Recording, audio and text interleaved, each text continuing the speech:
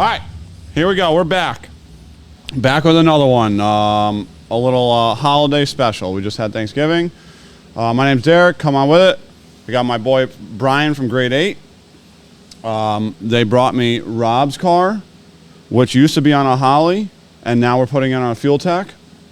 And I figured it'd be a good opportunity to get a good podcast in because honestly, I don't know Bryan that well.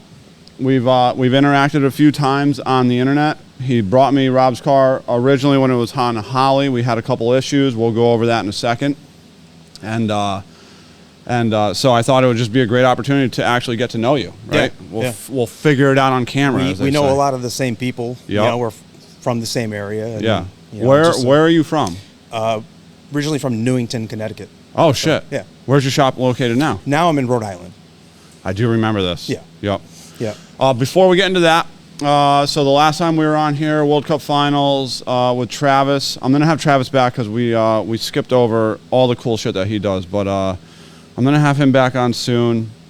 Also, side note, I'm leaving the heater fully on, wastegate's pinned, right? So it doesn't shut off, right? So hopefully it doesn't get annoying. It is not warm in here right now. No, it is not warm. It's 8 degrees outside right now or something like that. It is officially my slow season, so which is why you're scraping the bottom of the barrel and having me on here. Well, I kind of, it's funny every year, right? I look forward to my slow season, right? October, I'm like wore out, right? Yeah, I mean, well, you do a ton of shit. A ton of shit, right? Yeah. World Cup Finals comes, and like that's just like the cherry on top. I can't keep going around saying I hate that race because it is a really good race. It's a sick race. It's a sick race, but god damn it, dude. It's really annoying to be at. Well, it's like 5 or 6 days, right? Dude, I was there since Wednesday morning. Yeah. And left Sunday. I got home at like 4 a.m. Monday, right? So I left Sunday night, And I've been doing that for years, but that race is super cool. It is packed. It is unbelievable to see. But dude, when you're there for 17 years in a row, it's just it gets overwhelming. So by the time that comes, I'm ready for a break. Yeah. But the funny part about it is, so when was that? That was like the beginning of November. Right. That every year officially starts my slow season. And by this time, I'm like, okay, I've had enough. Right. Like you had a little break. Now you're ready to start making power again. Yeah, now I'm ready to start doing shit again. Yeah. So now I'll start answering my phone and whatever else. But people always take their shit apart anyways. So like, I won't have much to do until probably February. You know what I mean? It'll be a couple days a week. And so this is usually the time I'll start focusing on whatever I got to do at the house. All the shit I've neglected all year long. Like, dude, I haven't washed, and I don't think I'm going to because it's winter, but I haven't washed any vehicle I've owned in over a year, minimum. I'm pretty sure I haven't washed my truck in 5 years. And it's a tragedy, like, so I don't know if everybody knows, but like I have a really cool truck. Yeah. Right? I've got a 2015 GMC Sierra from St. Louis, 2-wheel drive, gorgeous truck, lowered OEM 22s, Pro Charger, long tubes, cam, makes 600 to the tire. I didn't know that. Fucking thing's an animal. I love it to death. It's the only vehicle I've ever owned that I really don't want to sell. Every vehicle I've ever owned could come and go. Right. Like I've got a nice 7 Series. If that thing got hit by a garbage truck today, I'd be like, whatever, I'll get it. We'll get something else. That's what we tooled around in last time we were here. Yeah. I love that car, but I'm not attached to it. Yeah. Right. My truck is like the only thing out of all the race cars, all the cool street cars I've had. That truck is like, I'm not getting rid of it. And for something I love so much, I should take fucking better care of it. Yeah. But it's out there in shambles. I'm driving around in the salt because my wife needed to drive my BMW. I was just going to say the salt. It's terrible around here with the salt. Dude, it's so bad. It's so bad. I have an 05 Ram. That's my truck. And there cannot be a body left on that thing. I've had it since brand new. I bought it brand new. No shit. I've had it, since day one. And, the rockers are just about gone. the lower front fender corners Gone. Just fenders flapping. Yeah, basically, pretty much. Yes, dude. So but it's got like 270,000 miles on it or something. Oh, let's go. All by me, you know. Cummins or gas? Cummins, of course. Yeah, of course. I'm a big diesel hater. Do you know this? I as far as I'm concerned, they're for towing. That's it. You know. That's it. Dude, I've got this theory. If you can't take your steering wheel and go all the way to the lock without it rubbing, you're a fucking loser. You're a fucking loser, right? Clip that. Put me on blast. You're a fucking tool. 22 by 14s on a Denali, you're a fucking queer. It's straight up. It's not my thing. Hit me in the DMs. We can fucking argue about it. You know, I have still factory wheels and that's what I'm talking about. It's a dually, so I'm not gonna spend however much money on I love those this wheels. truck. I love this truck already. Yeah, it's I simple stuff, exhaust intake, little tune, like literally one of those plug-in tuners from 2005, like the day after I bought the truck. It's like a Super Chips fucking, I don't even know what it's called. Damn, wait, so 05, you were balling out in 05 then, huh? Yeah, well, I had a career that paid me some money back then. Oh, let me hear about it. So a lot of people don't know this about me, but I worked in the medical field for 15, 16 years. Doing what? I worked in radiology.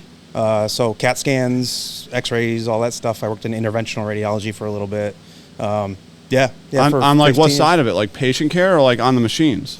No, yeah, I'd operate the CAT scan machines and the X-ray machines and stuff. Yeah, yeah. What made you get out of that and build race cars? I'm a fucking idiot. No, I mean, it's one of those careers where like I kind of used it to my advantage. I made a good living. I bought a house. I had a little side shop, and that's kind of where all this kind of started. Yep.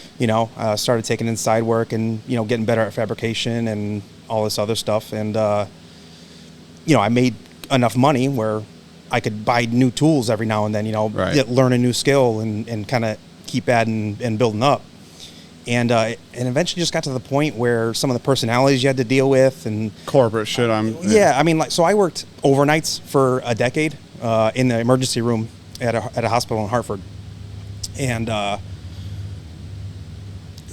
again, some of the doctors and the personalities you got to deal with, it's, high strung, high pressure environment. And I like that part of it, but, some of them doctors, they're just real hard to deal with. And what, like disrespectful? Yeah, super disrespectful, like of your space and stuff.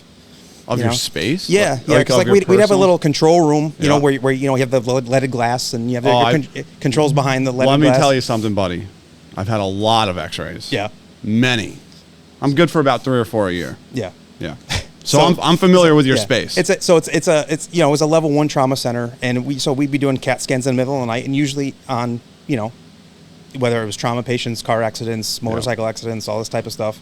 But they'd barge into your space and sit on your desk and shit like that, and like. And you're like, buddy, get the fuck away from me. Yeah, it's just dumb shit like that, and anytime because I'm just an X-ray tech and they're a doctor, if I mouthed off to them a little bit about disrespecting my space, they'd run to HR, and then I'd be the one hearing about it because I'm here and they're there, So whether they're in the right or wrong, it didn't matter. So my wife works for Yale, and she recently took a position that basically makes sure I'm gonna fuck this up. And she doesn't listen to this, so fuck it anyways, right? She basically makes sure that the doctors stay in compliance for whatever, in compliance, right? Yeah. So she has to interact with these doctors, right? And they'll just talk shit to her. Yeah. And she's like, listen, dude, I don't really fucking care, right? She can't talk like this. Yeah. But she's like, if you don't get the certification, you can't practice medicine. Right. I'm just reminding you, right? Like, I don't know why you're getting shitty with me, but it's crazy. Yeah, and the problem was I would start talking to them like that. Yeah, and I can imagine. Like I said, HR stuff, and it eventually got to the point where, really what happened was don't you even fucking think about hitting that table. Right, sorry. Go ahead, sorry. No, I quit. Well, I ended up quitting pretty much at the height of COVID. Oh. So it was 2020, kind of the height of it is when I was like, I had tapered down my hours. I was full time forever, and then I was like, all right, the shop. I knew the shop was becoming a thing, and I was tapering my hours down. So I was kind of going part time, and then I was per diem for a little while, where I just kind of take hours here and there as I was building the shop and going towards that. So I knew it was, you know, on its way out. Right. But at that point, I just stopped caring, and you know, like I just. Did they make you take the COVID shot? They were about to. I quit like 2 weeks before the mandate was Did you ever get it? No. Fuck yeah. No. What was your reasoning behind not getting it? As somebody that was in the medical profession. I just. Because I have my reasons. So I mean, the way I saw it was, at the time, you know, 5 years ago, I was a middle 30s, you know, healthy guy. You know, I take care of myself pretty well. Yeah. And I was like, I don't think this is something I want a vaccine for. I figure I'll get it. I'll go through it. And, you know, I don't have any, and it wasn't immunocompromised. I wasn't, right. You know, so I just figured, you know, and I was in the thick of it. I was in the hospital while this thing was ramping up, you know, and, you know. Did you ever get it? Oh yeah, I got it. Yeah. For sure. From the hospital or like? The thing was, I don't think I ever got it from the hospital. I think the first time I got it was like right after I opened the shop, basically. And, you know, but I work alone, so I was just. Just in there sick as shit. Yeah, it doesn't matter. Dude, I got COVID 4 times. I think I got it 3 if I. And it was like descending. I never got the vaccine, right? For basically the same reasons. I'm like, I don't really care what you do to me, right? Like if you were like, if it was mandated, I don't think I would have had an opinion either way, whatever, right? Yeah. I just thought it was kind of fucking fishy. The whole thing was kind of just fishy. And this isn't hindsight, right? If anybody listening to this was like friends with me at the time, like I had the tinfoil hat on right from the word go, right? Because like the whole thing was kind of fishy from the word go, and then you know, I guess I just have a problem with people telling me what to do. That too. You know what I mean?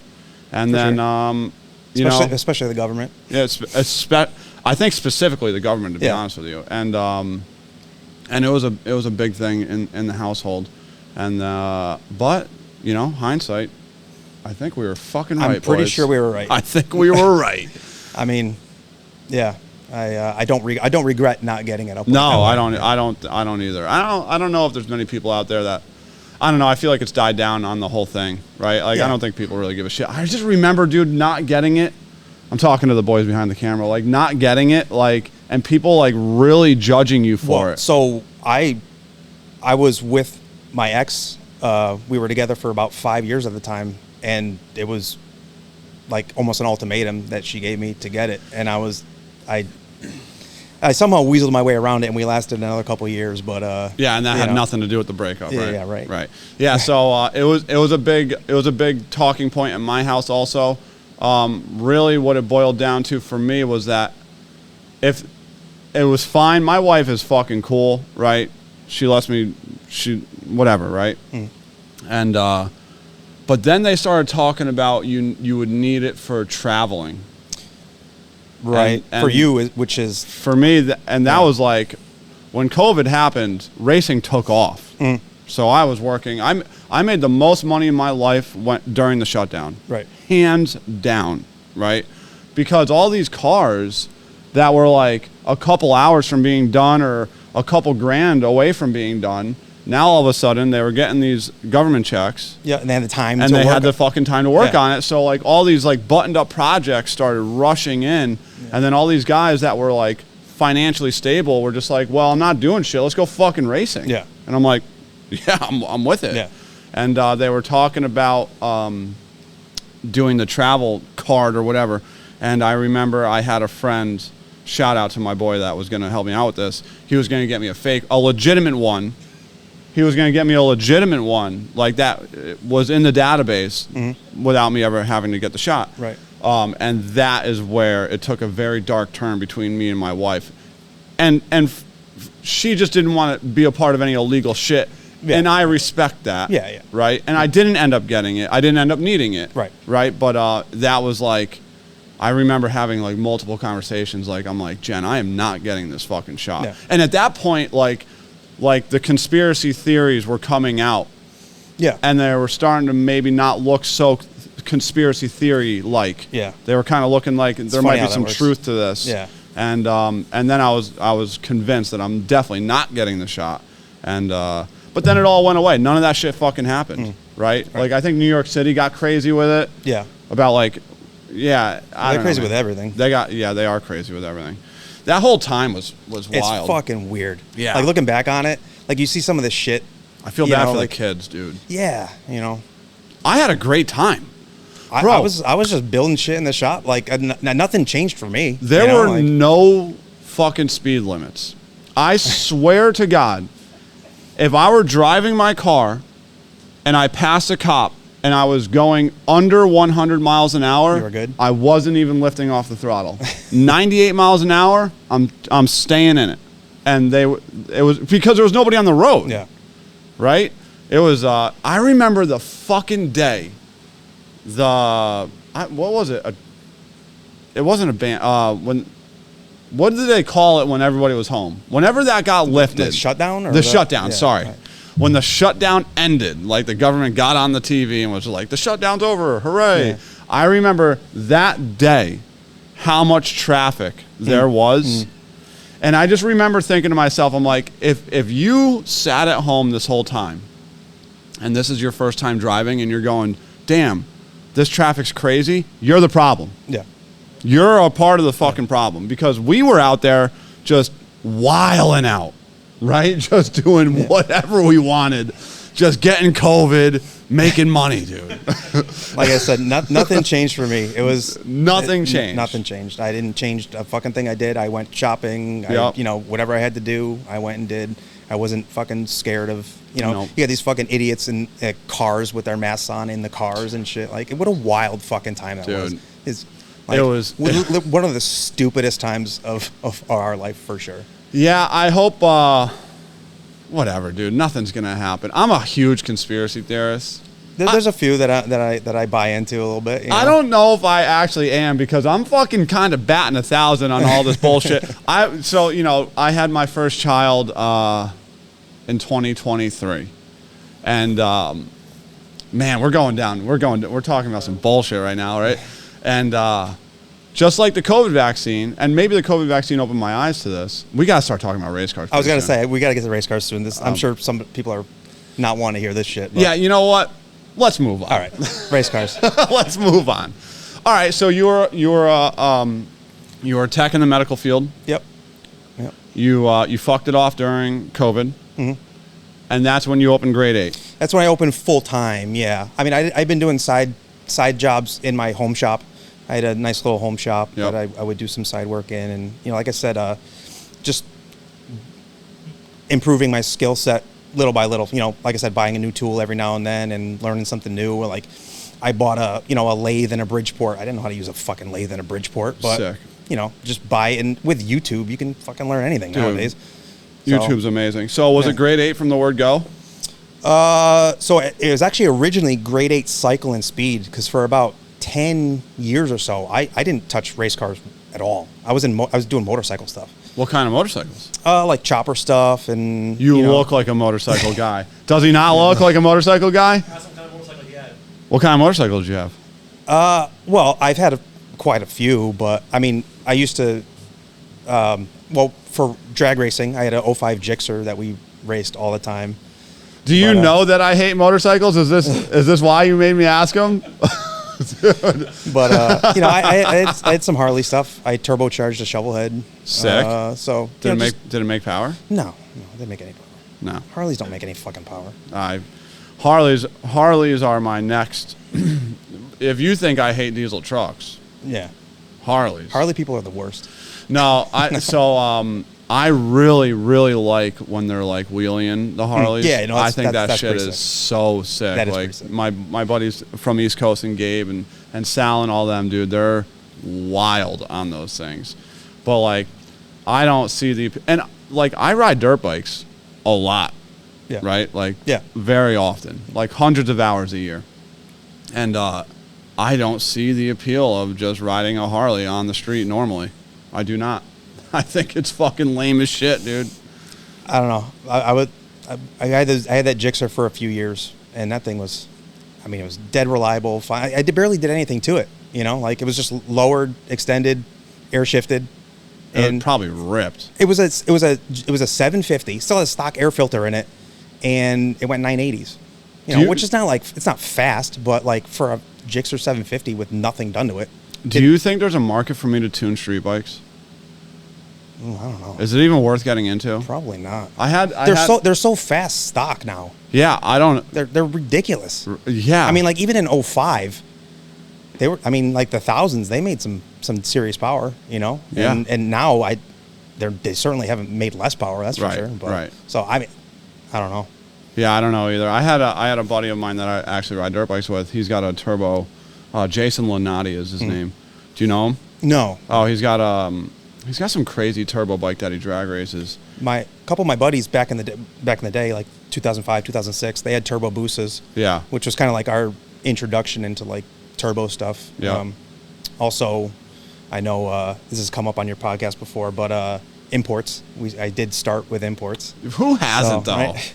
I know Jamie's gonna fucking call me after this. Jamie's gonna hate that, and yeah. he's gonna rip me for this. Yeah. But dude, I mean, it's everybody's origin story. Yeah.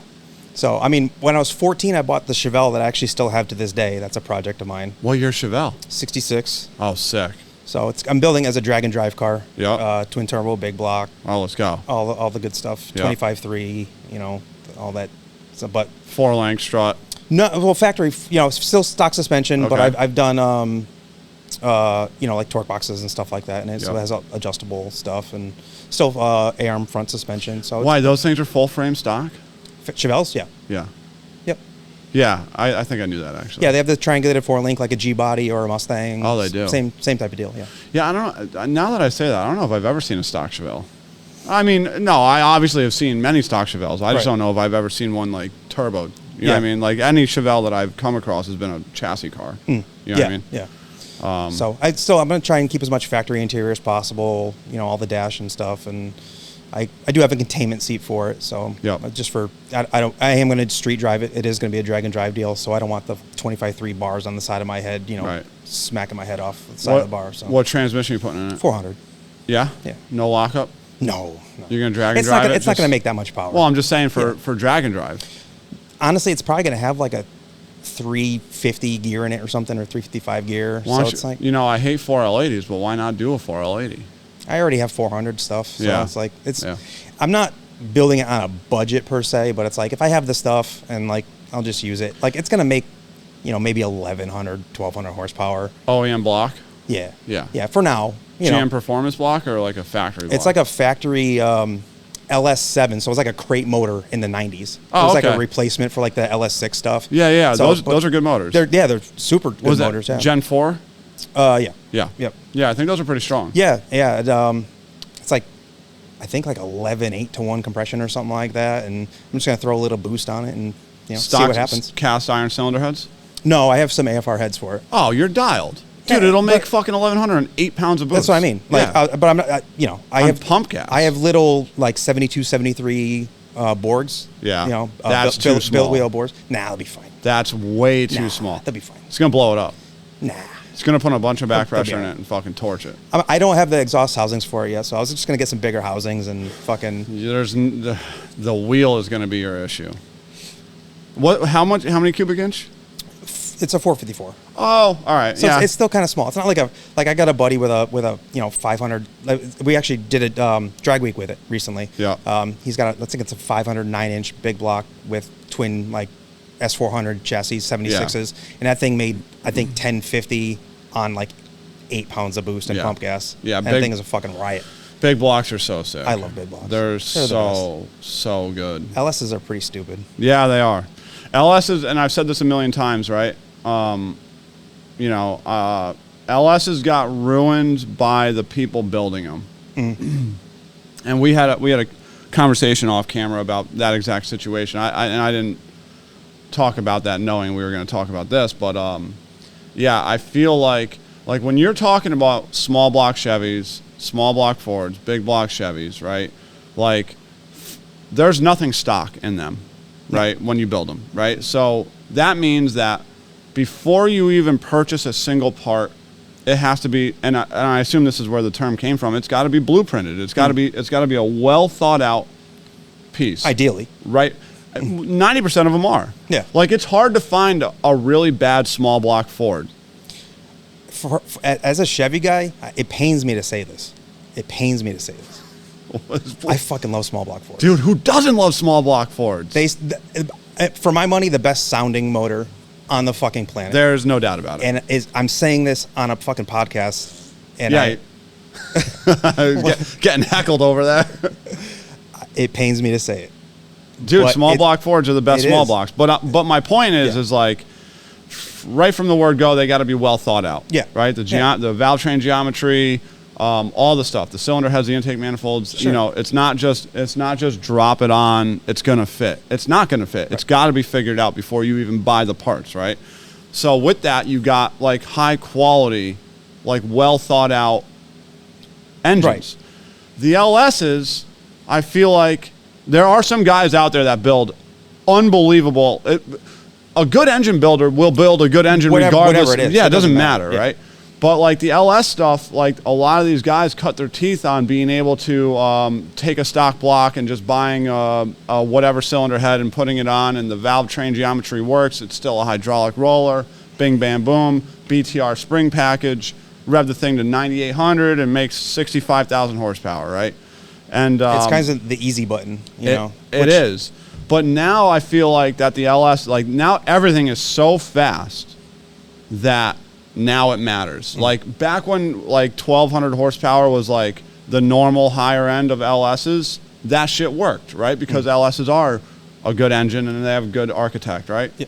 But like when you're really trying to make, 2,000 plus, you can't take any of that shit for granted. Right. Like I see these guys like come in here with the hydraulic rollers, and I'm like, why? And they're like, oh, I don't know. And I'm like, me either, right? So like, I'll never understand that. Like so my big block, for instance, I'm 1,000% putting a solid roller in it, and it'll still be a drag and drive deal. But like, I like taking off the valve covers and running the valves every now and then, like. So I've been in this situation many times with the LSs where if you start tool-upping valves, you can't tell, if the plug's not on. There are obviously a bunch of indicators that you're putting a whooping on a motor, right? But sometimes you don't see that, right? Sometimes you'll run too cold of a plug so it doesn't show heat, but really it's getting the shit kicked out of it, right? And when you start tool-upping a valve on a hydraulic motor, a hydraulic lifter motor, you can't tell until it hangs it open. Right. Until it tool-ups so much that it takes up all the plunger travel in the lifter and it hangs the valve open. Gotcha. Where, and like hydraulics are fine for shit that you want to start and drive and go down the road for. And this is my personal opinion. I'm sure there's some talented guys that are going to listen to this that are going to be like, this guy's a fucking idiot, right? But like, in my opinion, like if we're talking about methanol, turbo, like big horsepower for the cubic inch type shit, and we're talking about we're doing plugs every lap, and we're cooling the thing down with fucking vacuums and fans, right? Like, a solid roller is just one more thing that we can monitor to stay in front of this situation. Right. You know what I mean? Yeah. Like, you could easily stretch a valve a couple thou and not hurt anything else, but catch it, you know? You catch it, you go, oh, it's tighter, it's 4th out, right? Like, let's look into this. Right. And then if it happens again and it's another couple thou tighter, you're like, all right. Shit's happening. Or, or we got to put valves in this thing. Right, yeah. Whereas, like, the hydraulic stuff, you're kind of flying blind, and then all of a sudden, this thing's got a dead hole, and you're like, oh, my God, the valves are tool-upped, and it's hung straight open. So you mean like the car we're about to dyno? Why, is it hydraulic? It is. Hydraulic steel rod. Race car. Yeah. Never heard of it. So, Rob's over here like, fuck. You should have called me. You should have messaged me. I would have read you the ride act. Yeah, it'll be all right. I mean, it's going to be your problem. It's going to make it off the dyno just fine. Oh, yeah. One way or another. Yeah, one way or another. The last time this thing was here, dude, crazy story. I don't know if it was crazy. I feel like it's just typical Holley shit. We had the thing on a Holley. Shit. It just had a phantom rev limiter. Yeah, the two-step would just it would see a trans brake signal for a nanosecond. We obviously weren't pressing the trans brake button. Right. And when that trans brake is enacted, it triggers the two-step, and it would just click in for a little second and pull the motor down. Pull the motor down, and it shit got unhappy. And eventually, that made it kick a rod. Well, it was between that and potentially the smart drop stuff that From did that. From the Davis. Yeah, but yeah, I mean, the couple times we had the car out, and it wasn't every pass. It would happen randomly. It wasn't like an issue that happened every single time where you could like be like, all right, you know, I could do something about this. It'd be like it wouldn't do it one time, it'd do another time. Like, you know, we'd make a lick, and all right, no phantom two-step rev limiter. All right, great. And then the next pass, it would do it, and it would yank the RPM down. And anytime you see the RPM go down on a pass, it's like, it's never a good thing. Not a good thing. Yeah. You know, so, you know, we're kind of chasing our tails with it because there's really no reason why it should happen. Again, if it happened every time, we know, all right, there's a problem somewhere. We got to find something. But when it would not happen, 2 passes, and then the next pass would happen, and you didn't change anything. Right. That's it. You know, you can't have a race program like that where, no, you know, you're. No, and then like the problem with shit like that is like, how much time are you going to invest? And I think you guys did. Is somebody at the door? Yeah, I just heard knocking. Who? Like, how much time are you going to invest in figuring out a phantom rev limiter? Well, that's the thing. You know, I mean, we had, and it wasn't even just that. We had a couple other events where like. What do you want, Frank? I gave the grandson that I left here with Brian's car. Well, get it and fuck off. So there was another event. We were in Long Island last year, and or I don't even remember when. And Long Island. yeah. At Calverton. Was that Calverton? Where Petey was? Where we raced in Long Island. yeah. Is that what it was? Yeah. I don't even remember. If Petey was there, it was definitely Calverton. Yeah. Okay. I mean, there's only one legal place to race in fucking Long Island, and it's Yeah. Calverton, There right? you So go. unless it was on the street, it's at Calverton. Yeah. But Long Island has amazing street racing, by the way. we pulled it off the trailer, and out of nowhere, this has never not happened before, but the bump didn't work. So we go into first round. There's no testing. You know, go right straight into first round. No bump. Car doesn't bump in he's fucking, you know. Are there legit beams there, or is it Yeah, flashlights? there was beams. Huh? Guess who we were against? Who were you against? Tyler. What was he in? We drew the Trick- the Firebird, or Trans Am, the blue Blue one. blue Trans Am. We did the what's the name of that car? The blue Trans Am. Yeah, it's like a WS6. Was it his or was it? And he sold it. Who knows? He was dude? driving it. That's all I know. Yeah, I'm sure it was a pile of shit. No, I'm just joking. I'm just joking. I don't know. But yeah, so I mean, we're you know, you can't travel, you know, all the way to Long Island or wherever, Right. And then all of a sudden something not work.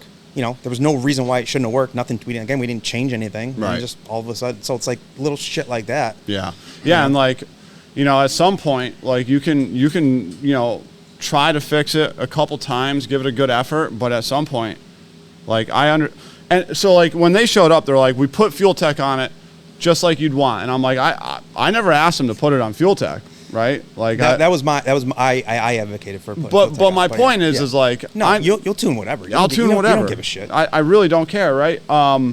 But I understand why you guys did it, because like, how much effort are you going to put into figuring out a fucking Phantom two-step before you're just like, fuck this ECU? Yeah. Right? I yard sailed everything. I just fucking all the wiring, and I yanked it out and fucking. I don't know if it was a wiring issue. I don't know if it was either, but I wasn't willing to take the risk. Yeah. Did you ever try moving the pin for the two-step input? I don't think we did. No. No, I don't think so. Yeah, that was probably a simple fix. Probably could have saved you a couple fucking grand. That's all right. There's probably just something wrong with that pin. But I think when we were on the dyno, we unpinned it from the pin map. Either that, or I know we also like in a different day we unplugged the trans brake button completely, like so in case it was like the button like you know wiggling or something, and it wasn't that, like, because they would still do it even with a trans brake completely on. What's that? We tried a new Dominator. We tried everything. Yeah, we plugged in a new Dominator, you know, thinking maybe it was, you know, something with the Dominator, maybe some weird. I'm sure it was wiring in some sort of capacity. Although the car was wired pretty nicely.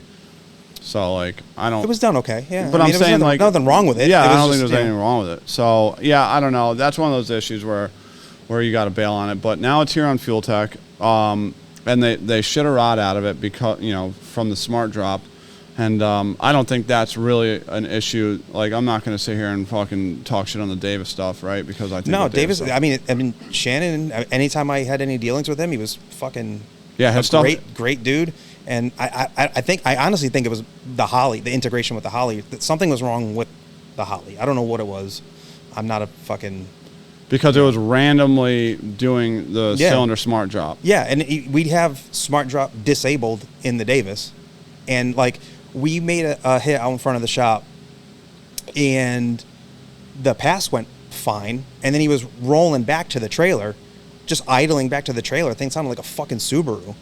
It's because it was cutting, like, it's idling and it's cutting 4 cylinders out, and you could see smart drop enabled in the Holley data log, and we're like, what the fuck is going on? I mean, it's clearly not supposed to be happening. Yeah, that shit is the shit that scares me because I can't understand it, right? Well, that's the thing, is there's no rhyme or reason to it. You can't even, like, so how are you supposed to make a change or tune around it when something's happening that shouldn't? That's disabled, right? Yeah, well, disabled, and, like, the smart drop was only coming on. I think we had it, obviously on the drive shaft plot, right? So if it went X over the plot, then it would. So it's like, but you can't be over the plot, idling back to the trailer, and even more so, it needs to see the release of the trans brake to start the plot. Sure. Yeah. And all of those things are not true. Yeah. So it was literally, like I said, idling back to the trailer. Sounded like a fucking Subaru, and we're like, all right, something is way off here. Does it still have the Davis in it with the Fueltech? No. Good. Not good in the sense like good. Right. Get rid of, No. but simple. Yeah. Yeah. Right.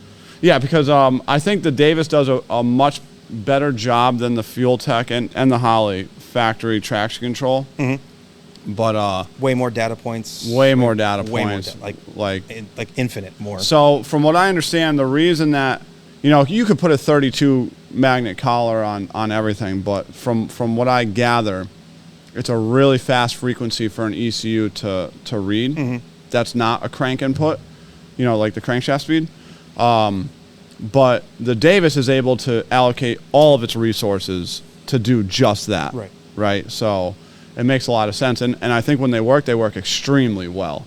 But I'm kind of from, like, as I, like, progress in this world, or go through this world rather, I'm kind of more of, like, simpler shit. Mm-hmm. Like, I'm trying to get away from CDI boxes. Mm-hmm. Just go back to smart coil, just properly wired smart coils with good plug wires. I'd prefer not to have, like, atomizers or big injectors with injector drivers, not because of any reason other than I'd rather not have a driver box. Mm-hmm. So what's the alternative for you on that? On the big injector stuff, nothing. Okay. And on the big power stuff, you still need the CDI stuff. Right. But, like, there was a time where you'd see like whatever, even like an LS car with a Pro 600 in it, and you're like, on the best day of this engine's life, it'll make whatever 1,800 horsepower. Mm. A set of smart coils will do that. Right. Like you don't need this, like, complexity and this this extra ECU essentially. Yeah. Doing shit. Yeah, smart coils they go far. Oh, they go real far. Yeah. I mean, there's guys out there, Delgado, Shane T, they push them, pro mod level. Yeah. 5,000 horsepower shit, right? Yeah. So that's where I'm kind of headed to now, is like just like the nitrous cars, small injectors, smart coils, like, keep it simple. Mm. Keep it light, keep it simple, easy to diagnose. The big power shit, you got what you got, right? Like, twin turbo big block, 3,000 horsepower shit. Yeah, it's probably going to be on a CDI. It's probably going to have some big ass injectors. Yeah. It just is what it is. So, talk to me a little bit about Grade 8 and what you do specifically. So I'm just a small, three car garage shop in Rhode Island. I work alone. It's just me there. I do 95% fabrication stuff. So. Yeah. Roll cages, chassis, custom turbo kits, a lot of EFI conversion stuff. I converted a lot of like carbureted manifolds over to EFI, stuff like that. That's a weird niche market for a fabricator. I actually really like doing those. Really? Yeah, because fuck carburetors. Yeah, fuck carburetors. I mean, they're fine. There's nothing wrong with them. They've worked for 100 years, but I mean, I like when carburetors work really good. Yeah. And I don't have to work on them. Yeah. Yeah. But I mean, maybe I'll sound like an idiot for saying this, but I think anyone building something now, especially like nitrous stuff, I feel like why not go EFI? I can tell you why. Yeah. Okay. Please do. Like I said, I'm not. I might sound like an idiot for saying it, but a good carburetor is really, really hard to beat, right? Because it's. I know power wise, you're not gonna. It's more than that, right? Because it's all based off of like pressure differentials, right? So you would think, and I might be way out to left field on this, but I have worked on a few carbureted nitrous cars back in my day, and so you would think like the amount of fuel that's going through, like into the engine from that carburetor is going to stay the same whether it's spraying nitrous or not. But I think the reality is that that's not true, because when you fill the plenum up with nitrous, it's got less pull on the carburetor. My point, and so like when a cylinder like loses compression or whatever else, that cylinder no longer pulls in the fuel. Whereas an injected car, the fuel mass is basically fixed to what you program it to be. Sure. Yeah. So it's kind of this like self-regulating system. That's kind of like works really good and is really simple, but is also super complex. So like a good carburetor is really good. Yeah. You know, for a lot of different reasons. So, but even just like with all the stuff you could do with EFI, whether it be safeties or, you know, individual cylinder tuning, you know, all that type of stuff. I mean, I have told many people that have gotten a hold of me that I have no problem working on a carbureted car. Don't ask me to change jets and shit. Right. I'm not doing it. Right. But I would always try to push them to putting a good ECU in the car for everything else. The nitrous control, the drive shaft, the RPM curves, the ignition, you know, the data logging, right? So everything but fuel. Everything but fuel. Yeah. And I've done a couple cars like that, and it's fine, right? Because like a lot of these guys will have grids, arc boxes, race packs. There's fucking USB cords hanging all over this thing, right? And really, at the end of it, like a lot of that stuff isn't even as good as like a Holley or a Fueltech just doing all of those functions anyways, you know? Yeah, and you just got to plug in one plug to the ECU or to the laptop. Right, and just control everything but the fuel. Right. Yeah, I had a customer, Joe Rivera. He had a 68 Camaro, 748-inch, you know, 5-inch bore space thing, and it was carbureted. And he would always ask me, like the car went 4.0s. It was fast, right? And it ran well. We never heard it. We sprayed fucking 3,000 pounds an hour of nitrous through the thing. The thing was, you know, it was a 3-speed with a lockup. It was a hog. It was a hog ass unit. And he would always ask me like, hey, like you wanna fuel inject this thing? And I'm like, no. I'm like, fucking no. I'm like, this thing is so mint, dude. If it ain't broke. Right? Yeah. I'm like, I mean, like, it's gonna take us 3 to 4 passes just to get the fuel in the ballpark, and like, and then at the end of the whole experiment, it might not be as good as it is now, right? So it never went injected until it's actually getting injected now. The car got wrecked. He's building another car, and so he's injecting it now. That's fair. I couldn't stop him. Yeah. He didn't ask me. He just did it. Yeah. So, like I said, I think if you're starting from scratch, you know, like if you're building a new program, yeah, I can't see going to a carburetor. You know, I mean, I certainly wouldn't put a carburetor on anything, right? But I understand like these older nitrous cars where they progress. Yeah. Right. That I could see a situation where it isn't acceptable. Yeah, and there are some guys out there that do some great carburetor stuff. You know, 100%. Like there's, you know, no dude, denying that same car had, it was 4 2 barrels, right? Yep. 4 2 barrels split staggered up, on the staggered, right? So like, it was basically a primary. It was a primary for a carburetor for each cylinder. It was actually kind of sick. Yeah, and split dominator or something like that. Yeah, and it was a very balanced setup. Like we had very little spread in the fuel jets for the nitrous. So yeah, it was good, and we never heard it. So That's the important part. yeah, that is the important. Going fast and not hurting it are the two important key Sure. factors there. So yeah, I mean, tell me more. When did you Well, do you want to go back to the import stuff or no? Should we avoid the import stuff? No. What kind of imports were you in? So I started with a Mark III Supra. Okay, that's cool. That's cooler than me. Cooler than you? Yeah. Well, you're a Honda guy, right? I was a Honda guy, but I had a lot of weird shit too that I've never talked about. I had a Merkur XR4Ti. I also had a Starion. Sick car. Yeah, Starion. Terrible fuel injection system on those things. Yep. That would have been better with a carburetor. Mark III Supra. Yeah. Not a 2J. Not a 2J. What 7M. 7M. 7M. Are those things piles of shit? They can be, Yeah. for sure. They had head gasket issues. Yeah. Everyone knows about the head gasket issues on those things. I don't know anything about Well, it. no. I mean, the guys who are into them know Yeah. that. But once you put a nice MLS gasket on there with some head studs, Solid unit. not bad. Not How bad. much it's, different it's are no they? It's no 2J, but How much different are they from 2Js? architecturally, Yeah. I mean, still an inline 6 3-liter twin cam, deal. But Port designs and shit similar, or any similarities I at all? don't think so. No. No. I mean, the 7M was definitely like a dinosaur version. But I mean, I had two other buddies with Mark III Supras, and all of us made over. And we're talking 2003. We all made over 550 to the wheels. One of them made, I think, 750. The other one made almost 800. No shit. And mine was through an auto. I actually put a turbo 350 behind it. So even though you made the least amount of power, Mine your was the shit fastest. was fastest. It was.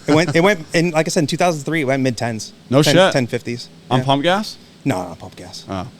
But it The had 85 wasn't a thing back then. no, I had to put race gas in the Oh, fucking thing. goddamn. I mean, so this is the thing now, like knowing what I know now. Like in 2003, I was 20 years old. Mm-hmm. I had, we had the fucking alphabet soup, VPC, AFC, Yeah, all yeah. that shit Yeah. onto the factory computer. I don't know what fucking timing that thing was at. No. At 30 pounds of boost. No. Like knowing what I know now, I would never have run Yeah. the car like I ran it back then. Crazy shit, right? Fueling was done with the full up arrow on the fucking AFC. Yeah. Like we didn't know what the fuck we were doing. Dude, it's crazy. I think my buddy used to have a turbo 5-liter with the same thing. It had like the MSD retard box. Yep. Yep. And like 1, 2, 3 pounds of, Yeah. degrees per pound of boost or whatever it is. Yeah. And it was from what he claims, it was fast as fuck. And I'm just like, dude, how the fuck can he get away with that? And like, I'll sit here and struggle with a Phantom 2-step on your fucking Yeah. car. You know what I mean? Like, how the fuck? But yeah, Like- I mean, for its day, I mean, 1050s isn't fast, but it was my daily driver. It was the only car I had, a 20-year-old idiot, And That was your daily. That was my it. daily. Yeah. Sick. Where's Yeah. that car now? Oh, I have no fucking clue. You sold it? Yeah, I sold it as a. No, I didn't sell it as. I sell it as a roller. I think I took the motor and transmission out of it. You never And- see Mark IIIs. Not clean. That one was clean too. Damn. It was burgundy with burgundy interior, target top. Damn. It was dope. That thing would be sick to have. Like everyone has a car that got away. Yeah. That was the car that got away from Yeah. me. Yeah. Because my Chevelle, I've never let go of. I'll never let go of it. Right. I mean, I'll have that to the day I die. It never got But away. It never got away. Right. But that one, because I was, again, being a 20-year-old fucking dipshit, I bought another Mark III Super shell. I'm like, all right, let me back half this one, put the motor and transmission into that. What? And then In 2003, you're trying to back half a Mark III I Super. did actually back half it, and I got it into a roller status again. But then I was trying to do, I filled the block. I was going to just do coolant through the head. I was going to do methanol. I was going to do all that. This was 2004 or 5 Bro, at this point. That's kind of way ahead of its time. Yeah, Right? Yeah. That's kind of like fucking 10 years ahead of its time. I was an idiot. And I the don't- thing about it was that I never fucking finished the thing. So Yeah, well. I was an idiot. Yeah. But I didn't. I had the fast computer out of a buddy's car. Oh, shit. Because that was the hottest shit in 2005. Funny thing You know? about the fast ECUs is that they're still making it, and they still haven't updated it since then. It's probably like DOS, MS DOS Dude, shit or it's whatever. fucking awful. Anyways. So I was going to use that. I was going to run 2 injectors per cylinder. I had like the Ford 160 pounders. Stop, whatever. stop. Who were you hanging out with that told you this? No one. No, that's a lie, because I was on the internet in 2003, 4, and 5. People weren't doing this, so you must have had some. I was trying to do it. You must have had some inspiration. There must have been somebody around you that was fucking bad as fuck. Because you're talking about shit that like still people don't even know about. You know what I mean? Like that's still foreign to people. You know, 2 injectors per cylinder, cemented blocks, methanol. Dude, we're talking 2005? Yeah, 2005. I don't even know who. I want a name. There was nobody around. I was you? looking at some of like the big import stuff then. Some of the fast import guys were doing stuff like that. And I was trying to be a fast import guy with, you know, not the budget to back it up. Yeah, but back then it was like Hondas and Cobalts, and nobody was really doing it with Supras and shit. Definitely no one with a Mark III was doing that. Were Mark IVs even fast at that point? I had aluminum rods made for it. Dude, there was no one made aluminum set. So am I way out in left field here to think that this fucking kid's out of his mind? That's how he is, though. But we're talking 2005. Yeah, 20 years ago. Like the domestic guys weren't doing shit like that. I had a set of powder rods, powder X-beam rods. I sent it to GRP. I was like, make me one of these in aluminum. How did you even know what GRP was? You're telling me you just naturally figured this shit out. I can't remember exactly why, but This is crazy. You know, this is crazy. The internet existed, so I'd probably just Google the aluminum rod manufacturers. Or I need the name of the forum that you were on, because I did not see that. I did not see that. Supra forums and Supramania. There's probably a build thread from 20 years ago that's on there that never got finished. Yeah, probably. We should fucking find it, dude. We should find it. I bet. Hopefully, it's still up. Yeah, who knows? I don't know. I haven't been on those forums in probably almost 20 years. Because once I, that was my last Supra deal. So once I didn't finish that project and everything got like parted out and whatever, then I kind of moved towards the motorcycle stuff. Right. That was 2005. I bought my Gixxer, and then I started doing the motorcycle stuff. Still all in Connecticut. Yeah, yeah. Why did you move to Rhode Island? Shithole state. I'm just gonna say it. Really? Because I think it's better than Connecticut. Really? I'll be honest with you. I lived, 37 years of my life in Connecticut, and I like Rhode Island better. I just don't like the way it looks over there. I don't like the roads. Really? Yeah. Well, I'm kind of out in the boonies in Rhode Island, so I like it over there. Providence. 30 seconds. What's that? 30 seconds long. Read it for 30 seconds. Yeah, I don't like it. I don't like it. I don't know what to tell you. It should have been a part of Connecticut. Oh, Providence sucks. Like any city sucks to me. Every city sucks. I don't like cities. I have zero interest. No. I heard a fucking amazing quote the other day. The further you get away from concrete, the closer you are to common sense. It's probably true. And I fucking love that. Yeah. Yeah, so I'm out in the boonies. Actually, it's only like 15 minutes from the Connecticut state line. Oh, okay. So, but I moved out there because my ex lived in Providence. Okay. I lived in just outside of Hartford. Yep. And then we were together for, at that point, I think 4 years, just kind of going back and forth every weekend. And it got to the point where I was quitting my job and then starting the shop. Her family actually owns the shop I'm in. It was a fucking shithole when we Right. when we got, or me and her father did a ton of renovation on the building. It was like in disrepair. Right. It's like condemned.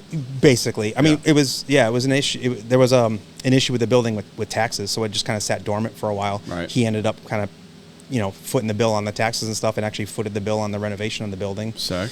And Are you still cool with them? oh yeah, super. Yeah, we're tight. Wait, so do you still see your ex every now and again? So we had an amicable split. Oh, okay. So like there was no like animosity. There wasn't like a big thing that Oh, sick. So we're still cool. We got a dog together like a year before we split up. Yeah. So like I'll still watch the dog every now and then or Dog still whatever. alive? Oh yeah, dog's she's only 2. So this split just happened. A year ago. Oh, sorry. Year ago. My bad. Yeah, that's all right. Well, that's cool that you're still cool with them. And how's the shop look now? How does it look? Yeah. I mean, from the outside, it's an old service station, so it's still got like the porcelain paneling on the side. Sick. So it looks like it's from the 50s. You know, because it is. Because it is. Right. And, you know, so we tried to keep as much of it as possible. I mean, it shows its age. Right. You know, the garage doors are fucking 70 years old and Right. whatever. But it looks cool from the outside. And we built an addition on the back of the building, so you can't really see it Right. from the front. Yep. And we did like a 500 square foot addition. So that's where I have all my like sheet metal tools, like I have my lathe and my Bridgeport back there, all my sheet metal bending equipment, rollers and stuff like that. Yep. So that's all kind of housed back there with my Chevelle. And then the front 2 bays are kind of like my main working bays. Sick. That sounds like a Yep. sick place. It's not bad. I mean, for what it is, I mean, I would love an open floor plan, you know, something more like this. Yeah. You know, because I kind of have the back wall it had to stay there for, you know, structure, right? Yeah, so it's kind of divided with a doorway. So I kind of has 2 separate spaces. Do you have a bay door on the addition around the back? Yes. Oh, so you can get a car in and out Yeah, of it. yeah, yeah. It's just you got to drive it around the building. Yeah. Yeah. Around the side of the building. Right. Yeah. So, Yeah, that's annoying. Yeah. So I mean, for it works for me now. It's definitely to the point where I've outgrown this space. I just have you know, Bridgeports take up space, lathes take up space, Yeah. presses take up space, welding tables take up space. You know, all this stuff takes up space, and all of a sudden you got 2 cars crammed in there, and you got no room to work. Dude, I've seen John do it. I saw John. He had one shop, same story, ran out of space, like gets another shop, immediately out of space. It's never big enough. It doesn't matter how big it is. You're gonna figure a way to fill it. I feel like the fucking first day he was in it, I feel like it was like too small for him because he gets a new shop, then he gets that a laser plasma cutter table, whatever the hell Which he's takes got. up a shitload of Yeah, space. you know what I mean. And then I'm Yeah. like, yep, it just you took up a whole bay, a whole car space. And now you're shot. Now you're back to where you were. So yeah, I agree. My shop, I fucking love this place. This is sick. This is it's funny because there was this place is about 15 minutes from my house, and I saw on Facebook Marketplace a guy had a bigger shop right next to my house for more money, and I was talking to my wife, and I'm like, I don't even fucking want it. I'm like, my shop is fucking so dialed in. Like, Would bigger space even help you with that? No, or no, Yeah. not at all. I was gonna say. The only thing it would help me with is I could take all my jet skis and dirt bikes and all my personal shit out of my personal garage and my basement where I have to keep all this shit, and maybe put it into because right now the space is limited, right? So I don't want it filled up with dirt bikes and jet skis and fucking golf clubs and whatever the hell else I'm into at the time, right? Right. But if I had a bigger shop where I could just hide that shit, Yeah. then yeah, it would be helpful. It would clean my house up. I get real weird with I can't do junk at my house. Especially since that breakup, I've been trying to have less things, be more of a minimalist. Yeah. I can't if I'm not using it, it's fucking out of here, dude. I try to give it away. I'm not just throwing shit away, but Right. yeah. So when you are you looking to move your shop? It's kind of in the 3-year plan.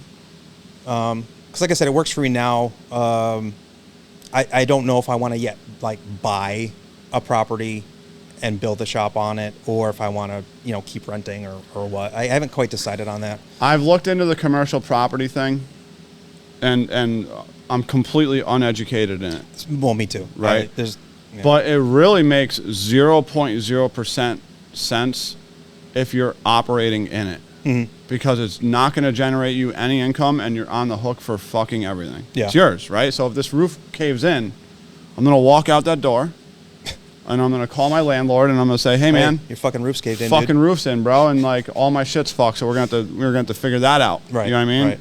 But when you own it, not only are you paying the note, you're also paying for the repair, and it's just it never made sense. The only way it makes sense to me is if you bought this whole building.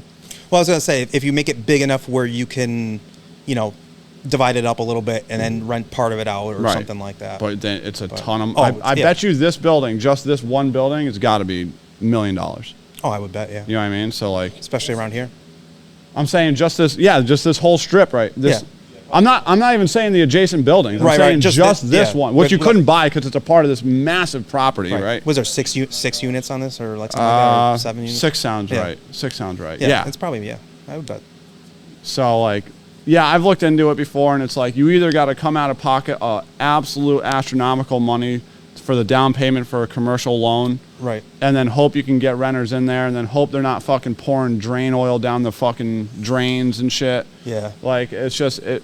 And then, like, what you get per square foot, the math almost doesn't math it until you get to the point where it covers its own costs, and then you have equity. And I'm just not interested in being on the hook for $1 million just to make $8 a month. You know what I mean? Right. Right. So, and then on top of that, just like I was saying before, like I don't have to repair any of this shit.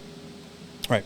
I don't, you know. So, but that being said, I get, you know, my rent is crazy cheap. So are you going to stay in Rhode Island if and when you move? Most likely. Yeah. Is there a market out there? Because I got to be honest with you, like, I get a ton of customers from Mass, New York. New York is big for you. For sure. my bread and butter. Yeah. I love you, New York guys.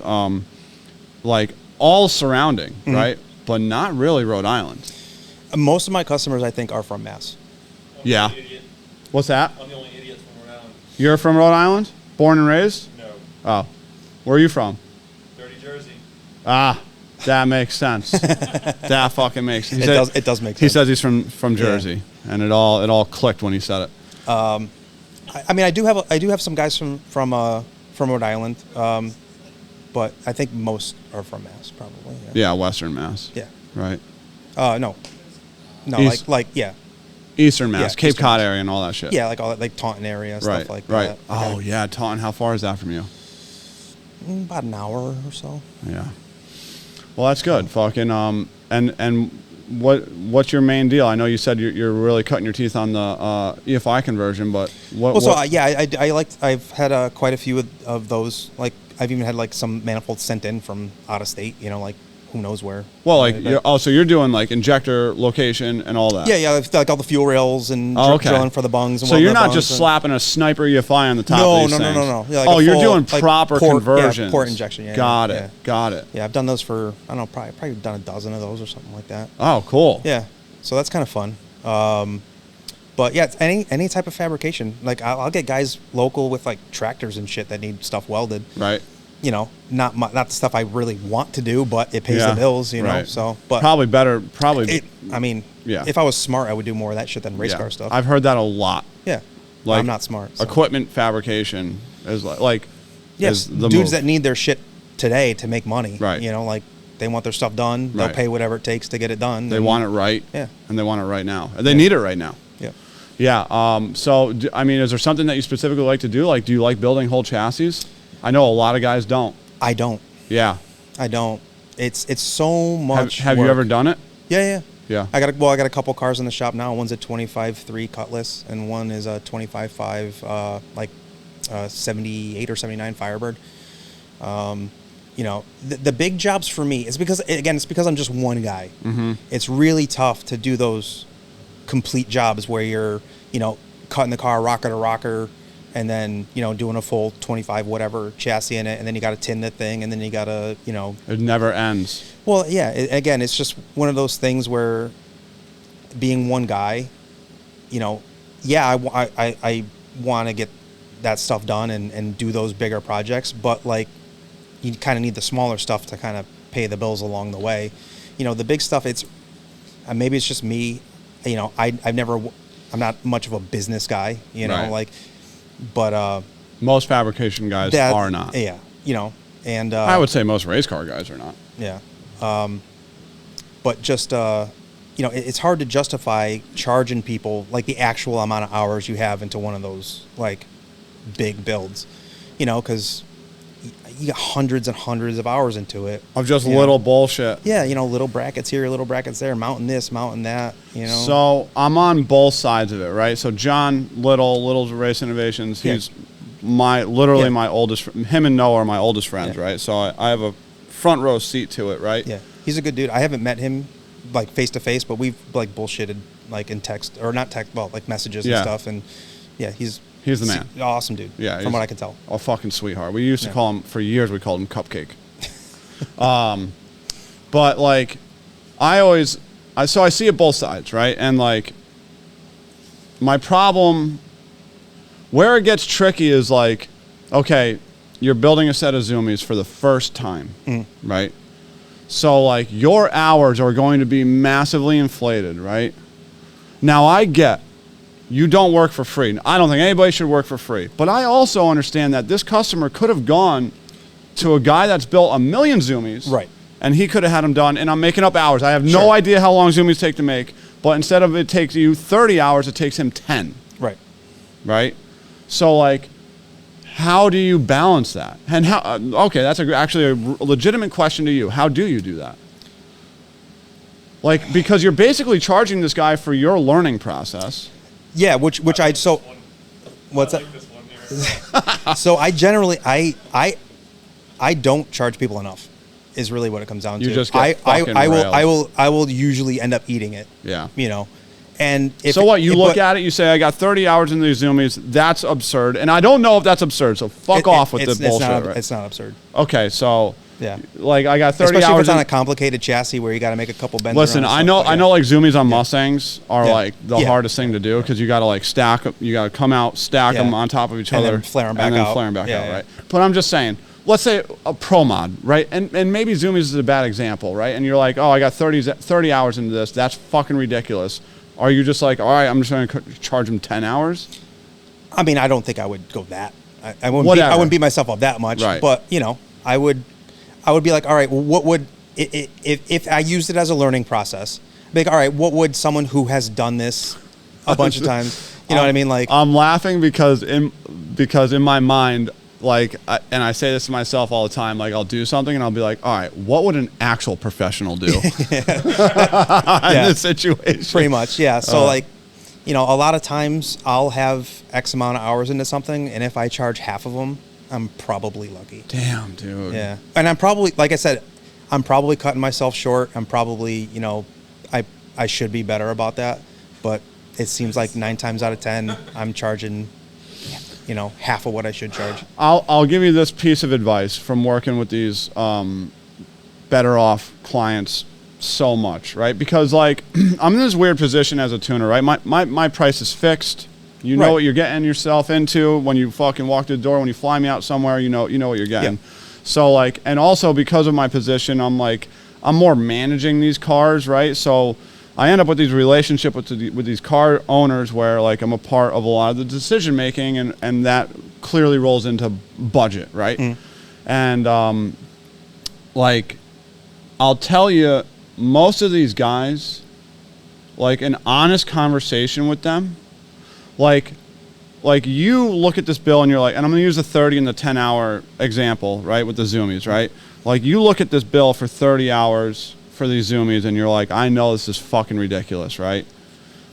I'm going to tell you, I bet you 9 times out of 10, if you were to approach the customer, if you were like, hey, this is what I got into it, like this is what I think I should charge you, I bet he pays you closer to what you got into it than what I actually put on the bill. Yeah. Like, and I see it happen a lot. Like I'll work with these guys, these crew members, or these other guys that get a part of these programs, whatever, and they're like, what should I charge them? And I'm like, well, first thing I would do is I would go fucking talk to him, right? And like, so the conversation you're having with me, have with him, right? Because like, he's able to afford this because he's good at money, right? So like, let him be good. Right? Like, I don't think he's a piece of shit. We know him enough where I don't think he's a fucking piece of shit, right? Right. So just go talk to him honestly. Yeah. And 99% of the time they come back out and they're like, yeah, you just paid me every dollar for every minute I was here. You know, because like a lot of times they'll be like, should I charge him travel? Like, what do I do? I upgraded to first class. Should I charge him for that? I'm like, go fucking talk to him. Yeah. And they always pay for it. They always pay for it. So I've been lucky. I have really patient, really great customers. I don't think I've ever had anybody like complain about a bill that I gave them. My best customers have never asked the price until they're walking out the door. Oh shit, how much do I owe you? Those are my best customers. Yeah. You know what I mean? The worst ones are the ones that ask the price up front. I don't mind giving prices, ballparks and shit. And I don't.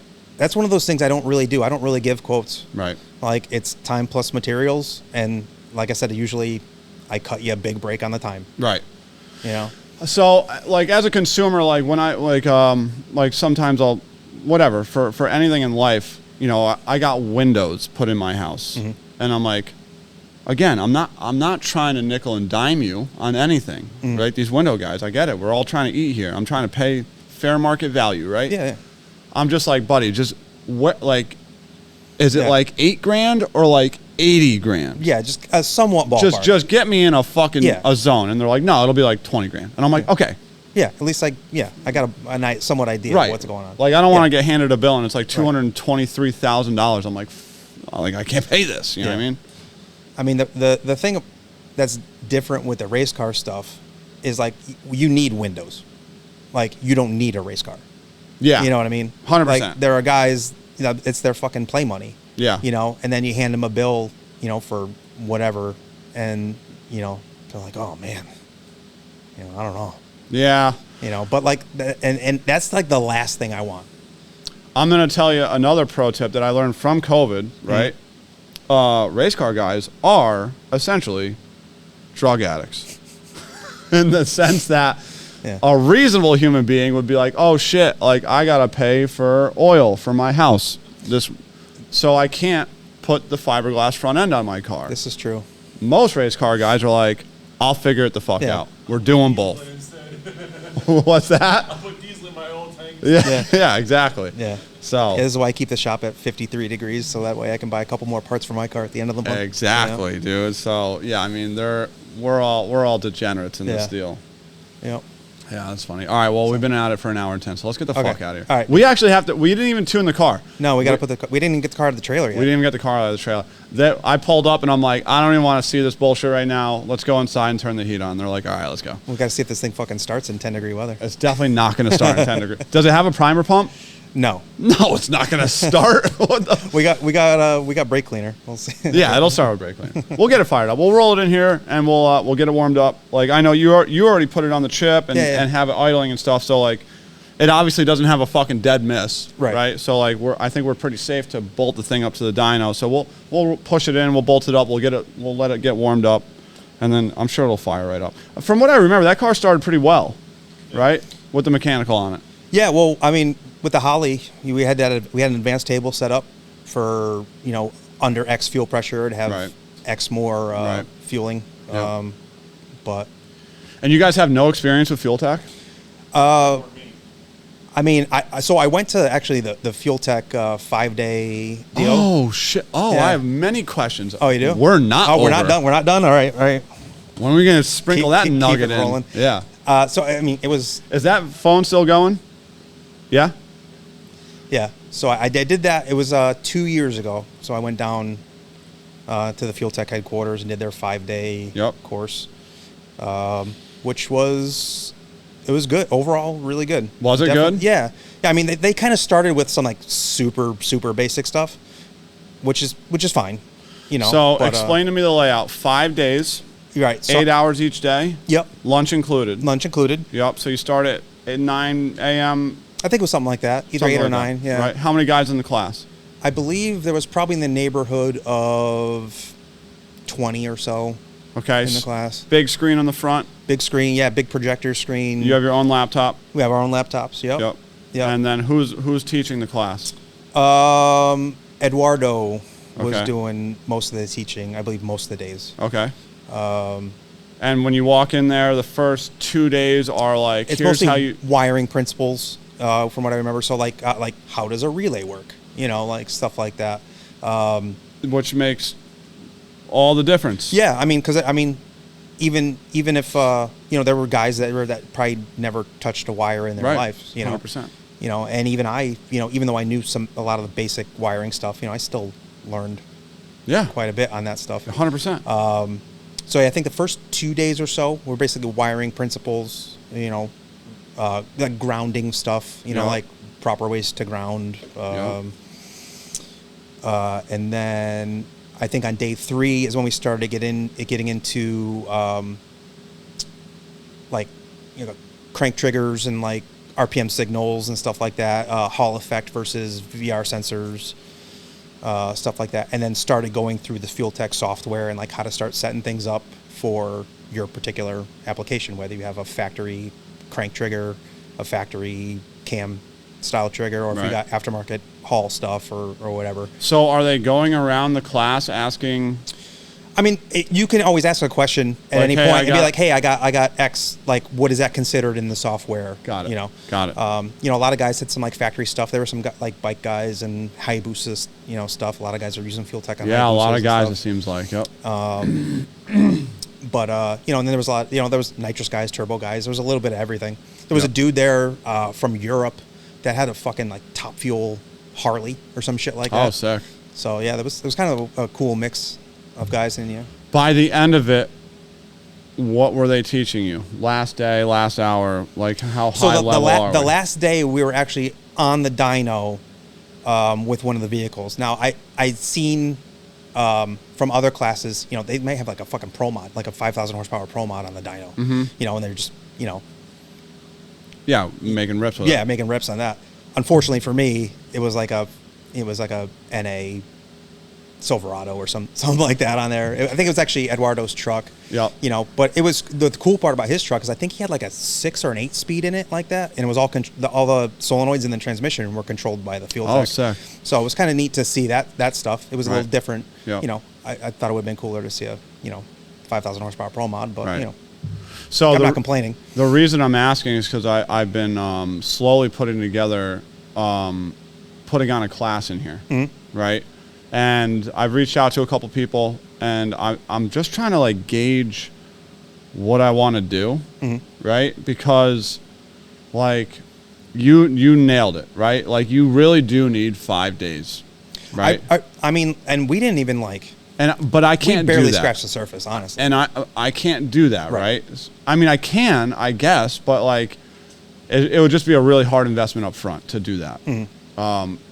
So like, I'm trying to figure out, like, do I do, like, and I'm asking you guys, right? Do I do like Holley 101 and then like Fueltech 101? And what is 101? So Holley 101, like, am I teaching how to tune or am I teaching how to manage the car? Are we assuming that it's already tuned and wired? You get what I'm asking here? Yeah, it's tough. It's a 'cause- tricky situation. You asked me the question. I'd let the class be tuned because the car is already done, ready to go, and I don't know much about tuning it myself. So if he's not there, I'm shit out of luck. So that's great insight. So Rob, the owner of the car, said like he would rather learn how to manage the car rather than like rather than like the super basics, because he said if Brian's not there or available with the car, then he's fucked, right? And I've heard that from a lot of guys. And so Carl, But that's not even really. That's more like track tuning. You know, like the power management, that type of thing, and, right? and so that's even a slippery slope, right? Because now that is the point, right? So like, side note here, the dyno tune stuff, I don't really care, right? You could take this tune today and go put it on the internet. I don't really give a fuck, right? Because it's a fuel table and a timing table and some fucking made up boost curve to make the dyno and the car happy. Right. There's really no secrets in there. Everything that I'm going to do today, 1 million people could do, right? Well, hopefully it's close enough where you don't really got to do much today. I tried to make your life as easy as possible. Hopefully. Yeah, I mean, it's probably pretty close. Yeah. That's why you We'll weren't like, whatever, it doesn't matter, right? But where like years of experience and like all this other stuff come into play is when you start trying to race a car. Absolutely. I think that's obviously way harder than the dyno stuff. It's applying all this fucking shitload of power you made on the dyno. Right.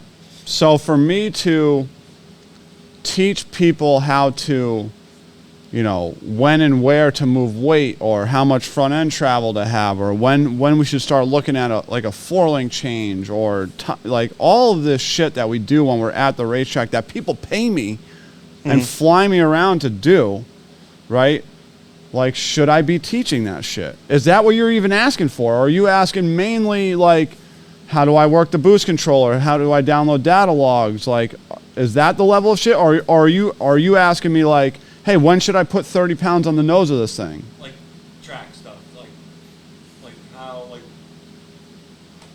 how much travel should I give it? Should I loosen the shocks, tighten the shocks? Is the boost curve too high? Should I lower the boost curve? Yeah, should I manage the power with timing? Should I manage the power with boost? Should I manage? This is a tricky situation for me. A lot of it is combo dependent, chassis dependent. A lot of it is that, right? But like, for me to teach you that, first of all, it'd be extremely hard. Yeah. Because what you're saying right now, it would be so hard for me to teach you that. To get a class together and teach that would be there would be like 3 people out of 10 that would walk away with any useful information. Yeah. Right? Plus, I think you'd have to keep the class like super small. It'd have to be like 5 dudes. It'd have to be like 5 dudes with stock suspension Mustangs, and then like 5 dudes with leaf springs, and then like 5 dudes with 4 links, right? But like, is it in my best interest to even put those types of classes on? This information was passed down on to me, just by good people, right? Mm-hmm. And in good faith that I probably wouldn't put it on the internet, right? You have to give up all the goods. Yeah, but where do I draw the line? That's and the what thing, is all yeah. the goods? How many people give a class at a track or on like a test and tune day to actually have a class there on live and do that and teach people? I don't know anybody. Yeah, I don't know. It's tough. It's tough. You understand where I'm at, Well, the right? thing about it is, there's going to be some people that may walk away thinking they learned basics or they learned, but like maybe not applicable to their particular program. Yeah. Because there's just so many different variables. I mean, that's the risk, though. That's the risk. You want a roller coaster and you get no hype from it. That's the risk we took by going on it. I don't know. Yeah. I'm not smart enough for that. Yeah, I don't know. Like every time I try to put pen to paper and put together a curriculum, I struggle. I do think if you did a Holley 101, because I think Holley is clearly the most popular ECU for most people. So, but go ahead. Let me stop you just real quick. I agree with you wholeheartedly, right? But then like Fueltech, I feel like in this area, there are other areas in the country that it's only Fueltech, but in this area, I feel like Fueltech is getting more popular, and I feel like it's harder to find information on Fueltech. So it might be in my best interest to start with Fueltech, and I'll just leave you with that. But go on. Yeah, no, I do see more people gravitating towards it over here. I'm actually going to do another Fueltech car in the next week or two. Right. Actually, a car we talked about not too long ago when we were talking before the podcast. It's a certain green car. You're putting so we'll talk about that later because that could get weird. Yeah. But how come you didn't mention that when we were talking about it off camera, you fucking weirdo? You didn't say you didn't even say that you were working on that car. Oh, I don't have it yet. We're planning on doing it. Okay. He has all the stuff. I know the people that work on that car, and I'm sure they're going to put together what car we're talking about. And I love you guys, but I think it's going to be in good hands going to you. Oh, thank you. I appreciate that. So go on. Anyways. But yeah, I do see more people gravitating towards Fueltech. From my little hands-on experience with it, I really like it personally. Okay. Why? What makes you like it more or less than Holley? I think some of it is the simplicity. I mean, I love advanced tables with Holley. Yeah. They can make your life really easy. You can do some gangster shit. You can do some gangster shit with it. You can also put the more shit you have, just like anything else, you can put yourself out in the weeds with that type of stuff, and you can fuck more stuff up. First thing I do anytime I come into a Holley program, I turn off every single one of them. Because there are some dudes out there that are bad to the fucking bone and know what the fuck they're doing, and they may be the ones that have done this advanced table. And then there are dudes that don't know what the fuck they're doing, and I can't really afford the luxury of figuring this out the hard way. So we're gonna go ahead and we're gonna turn that off. Yep. You know what I mean? Of course I'm looking at it to see, what it's doing, but So, you like the simplicity of Fueltech? I think it's a little. I mean, obviously everything's contained into one box. I mean, minus injector drivers or what the other stuff you need. Right. But like a lot of the stuff we needed advanced tables for with the Holley are built in. Are natural to the Fueltech. Are native for the Fueltech. Yeah. Exactly. Wheelie control and drive shaft curves. Even like 3-step. Yep. Stuff like that. It's a built-in strategy. I know. There, so. I always wondered, 3-steps are so common now. Like, why has Holley not just done that? The rev limiter offset and the hysteresis and all that shit. Yeah, it works just fine, but why not just have it? Seems simple enough. I don't know. Yeah. Again, I'm not I'm no computer guy, so. Yeah. But I'm looking forward to the dyno today. I'm obviously hoping that it goes well. I think it's going to go well. It's going to go fine. I think it's going to make some jam.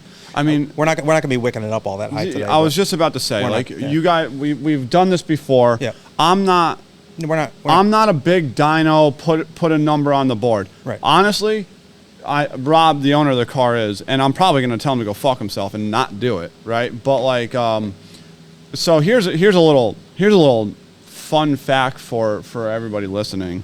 All right. It's a turbo LS. What is it? Some 90-something millimeter turbo? 98. Right. Methanol. Yep. 550s or Atomizer. 750s or something, right? 600s. Okay, yeah. 600s, Yeah. right? Mechanical. Okay. I've done about 7,000. 2,000 of these cars, right? And that's, I'm not discrediting anything. I'm not discrediting anything. But what I'm saying to you is, once I turn the boost controller on, you'll know. And it makes above like 15 pounds of boost, because like these big turbos, they really don't do shit. On 8 pounds of boost, sometimes they'll make like 600 horsepower. Yeah, right? It's a dog. It's a dud, right? Yeah. Sometimes they don't. Sometimes they just make fucking a ton of horsepower right from the word go. But as soon as you get around the 15 to 20 pound mark, I can tell you within 30 horsepower where this thing is going to end up.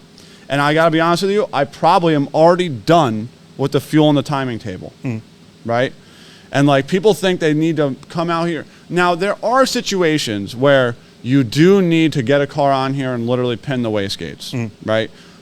Noah's car's been on here a trillion times because he'll go race it and it'll develop some issue and he'll come here. We'll start with 50 pounds on the gate. You know what I mean? It'll make whatever, 2,100 first pull. But dude, we've got 6,000 laps on the car. Yeah. I don't need, you know what I mean? He's here because it's got a vibration above 50 pounds of boost, or whatever the case is. Yeah. I don't know. Like, I'm just making shit up, right? So there are situations that you do need to kill these things on the dyno, right? 99.9% of the times, it is never worth it to try to get on the higher limit of a combination. Right, on the dyno. It is fucking worthless. Well, for instance, the last time we dynoed here with the old combo, which is really the same combo, just Fueltech instead of Holley, I think we at most went 25 pounds of boost on the dyno. You made what, 1,500? Something around, 15 and change. Yeah. And then we went to North Carolina. Was I not supposed to say that? It's fine. I'm joking. You could take one look at a turbo LS and be like... Yeah. It's a 388 with a 98 millimeter. It makes 1,500. It's an LS on alcohol with a Pro Mod turbo on it. It should make somewhere in the 2,000 horsepower range. Yeah. You might be a crazy bastard and run 60 pounds of boost and it makes 2,500. Right? Like, but that's about the extent of it. But to go back to your fact about not killing on the dyno, like we ran 25 pounds of boost or whatever here, and then we took it to North Carolina a month or two after that, and we maxed out the fucking map sensor down there. So like, why do it on the dyno? You don't need to. It's just... Because even if we run this car with the gates pinned right now, right? It's 12 degrees outside, real number, 12 F, 12 American degrees, right? Fucking cold, right? So it's probably got no moisture in the air. So we're gonna be 3 degrees low of timing on this thing, right? We're gonna have an extra 12% of fuel minimum in this thing than it's ever gonna need, unless you're gonna race it in the winter, right? Which we are actually. You might. We're actually planning on bringing it to Maple Grove for the New Year's Day. Okay, so this tune-up will work very well for you, but like this tune-up right now, and Brian knows this shit, when we go into June, this thing's going to be way under-timed and way over-fueled, right? Because like, dude, you got the crispiest, densest, coldest air right now. Negative fucking dude, DA, it's mine shaft right now. So like, even if we fucking ran the wastegates pinned right now, it is going to net you almost zero information for real life, aside from the fact that it doesn't blow up. Right. Yeah, if it blows up, if we blow it up on 50 pounds of boost, the only thing we're gonna learn is like it blew up on 50 pounds of boost. Next time we'll run 45 pounds. Exactly. That's what you're gonna learn. You know what I mean? So we'll see. I mean, we'll see how it goes. Yeah. Well, we talked earlier when we were like, all right, maybe we'll run it up to like 30 pounds this time just to see what it does, but. And no more than 30. Yeah. So, that's for you. I get it. Yeah. Once You know what? Like, we'll know enough at that power about what fueling it needs at fucking 50 pounds of boost. you know, and Because we're gonna run 50 pounds of boost in there. I guarantee it, right? I hope you do, right? I love to see it, but like, you know, like, all this shit is so relative, right? Because if you brought me a turbo big block, right, and I thought I had a bloody nose, it's just like the time of year, I was like, oh, it's bleeding. No, it's not. Like if you brought me a turbo big block and I made a hit on 15 pounds of boost and it made 1,200 horsepower, it's fucked up. It's fucked up. Yeah. Like we got to work on it, right? Something's wrong. But if I make a rip in your car on 50 pounds of boost and it makes 1,300 horsepower, you're right on the money, right? And after that point, I'm gonna look at you and say, which number do you want to see on the screen? Right. You want to see 18, and I'm gonna turn it up. I'm pretty sure that's exactly what you said, like word for word, verbatim, what you said the last time we were here. Like it's after 1,300, like I'm gonna look at you and say, yeah, this thing's good to go. Yeah. Right. What do you need to see for the internet right now? Like, what did you tell your boys it was gonna make? Right. Let's make 100 more than that. Rob has a number in his head. What's the number? Irrelevant. Not saying. Yeah, well. But yeah, he'll be pouting on the way home if it don't make the number. Yeah. Definitely possible. He's a pouter. Yeah, well, it's all and again, you know, another thing is like, and this isn't I don't remember the super specifics of the car, right? But like, I don't particularly like running cars at 2,000 horsepower unless they're insanely safe. Yeah, no, I wouldn't want to either. I wouldn't want to. Like- I'm not sitting in that thing while you're making a fucking 40-pound. You know what I boost mean? pull on that Like, thing. if this thing's got stock floors in it, It does. It's got a stock case transmission too, buddy. no, it doesn't. You know this. You didn't like it last time. It's got a stock case transmission in it. Oh yeah.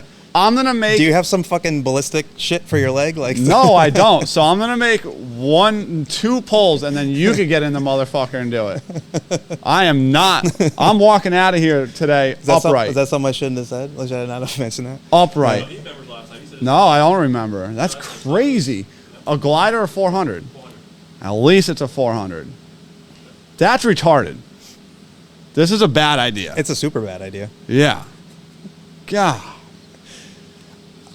All right, so before we cut this off, I want to ask you something. Okay, ask me. Because obviously you tune on everything from, 1,000 horsepower LS bullshit Yep. to Screw blowers. yeah. Screw blowers are the best ones. But I was going to ask motors. I want to ask like your favorite class of cars right now. Ooh, LDR. That was my answer too. LDR. Those are the fucking coolest cars on the goddamn planet. That is the epitome of like real VIN numbered race cars.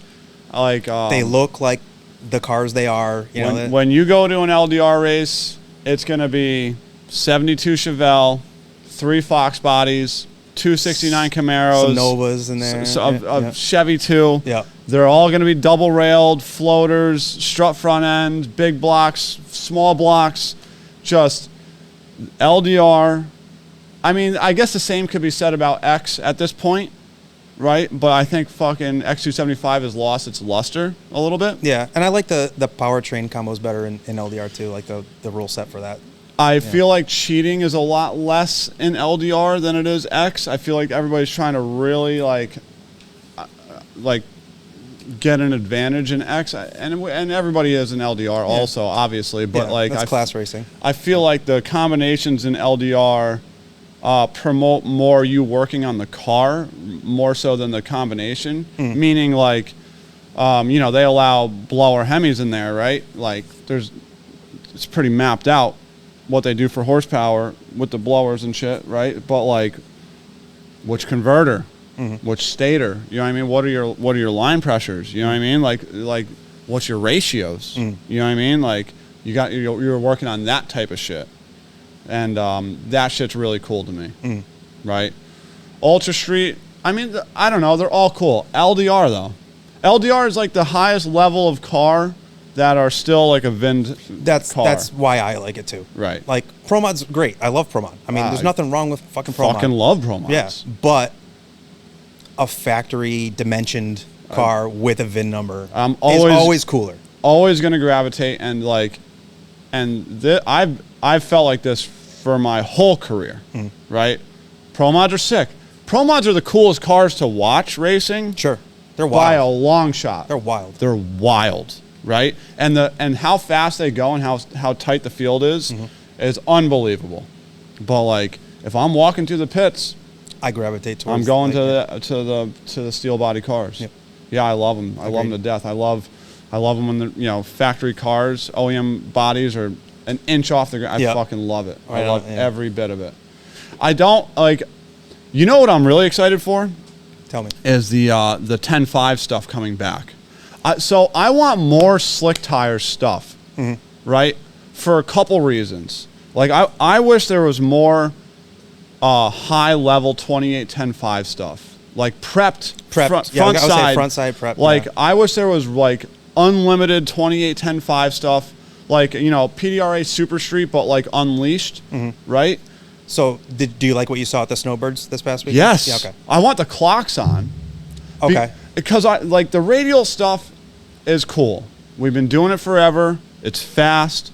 The problem is like I'm not going to say it's easy to do because that's really discrediting, right? Yeah. It's not easy to do, but I'm saying like a 28-10.5 in the middle of the day on a fucking prep track is the one. I'm just going to say it is the hardest tire to run, hands down, right? And like I get it, we're all bad motherfuckers on a 275 radial, right? We've all, at some point, all of us that are in this world have done some accolade, some accomplishment that is fucking gnarly, right? Let's put 28-10.5s on these motherfuckers and see what they got, right? Limited rules, like very. I want 10 classes. As many 275 classes as there are now. I want the duplicate in 28-10.5. I want Ultra Street level. I want fucking X275 level, and I want LDR level. So the LDR stuff, they're doing the 10.5 tire stuff, like the bigger, the 29.5, 10.5 tire stuff, right? Yeah.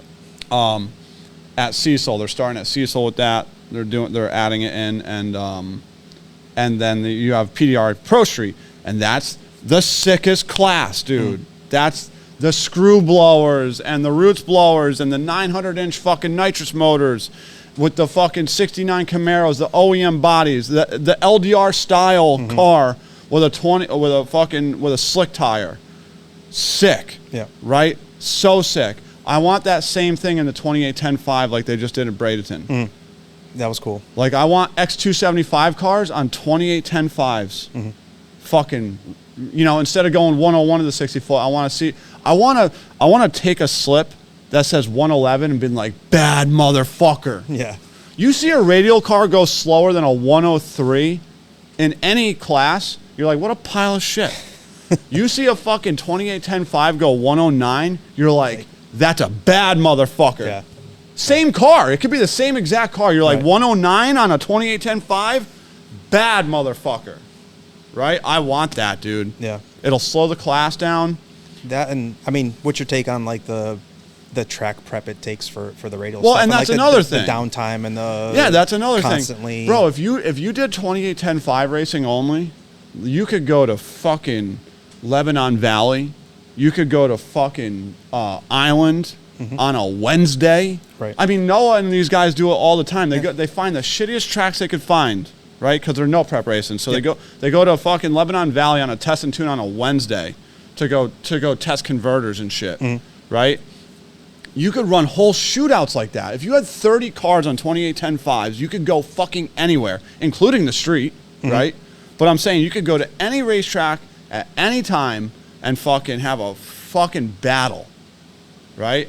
And I just wish somebody would put together something like Super Street, like, and I guess I'm getting what I'm asking for because Victor down in Bradenton's doing it, and then Halsey at Cecil's adding the 10.5 tire shit. So maybe people it's kind of making a comeback. It's making a comeback, and I'm here for it. I'm sure.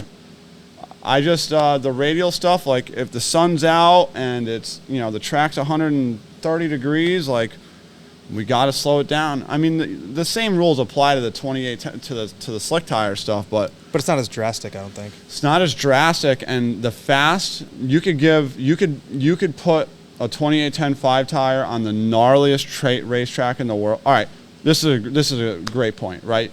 You could take a fucked up car, right? A real and I see it all the time, right? the down south grudge racers are famous for this. You could take a fucking big pile of shit with a fucked up 4-link, the weight package is all wrong, something that it should never work, and put enough glue on the track, and it's going down, right? You cannot do that with a 28-10-5. It will not go. It will fucking rattle and smoke the tires. And then you're really gonna see these fucking guys, right? That look fast, start having problems. Start having problems. Yep. And me included. So I went into Super Street thinking I was going to swing my dick around and fucking show these guys how to do it, because like I've been racing on the street with this 28-10-5 for fucking years. I was familiar with the tire. Dude, you put that tire on a prep track, it's the hardest fucking tire to run in the whole entire earth. And I've heard Jamie say the same thing. I've heard every guy that's in Super Street say the same thing. I thought I was going to come in here and fuck people. Kenny Fox said the same thing to me. I thought I was going to come fuck you guys up in this thing. It's just managing wheel speed, right? Like just... It's, oh my God, my ankles are showing. It's not a wheel speed thing. It is. So unlike, maybe I'm giving out too much information. I'll take it. The first 3 or 4 tenths are your only time you got any leeway with that tire. After that, that motherfucker better be dead stuck. Yeah.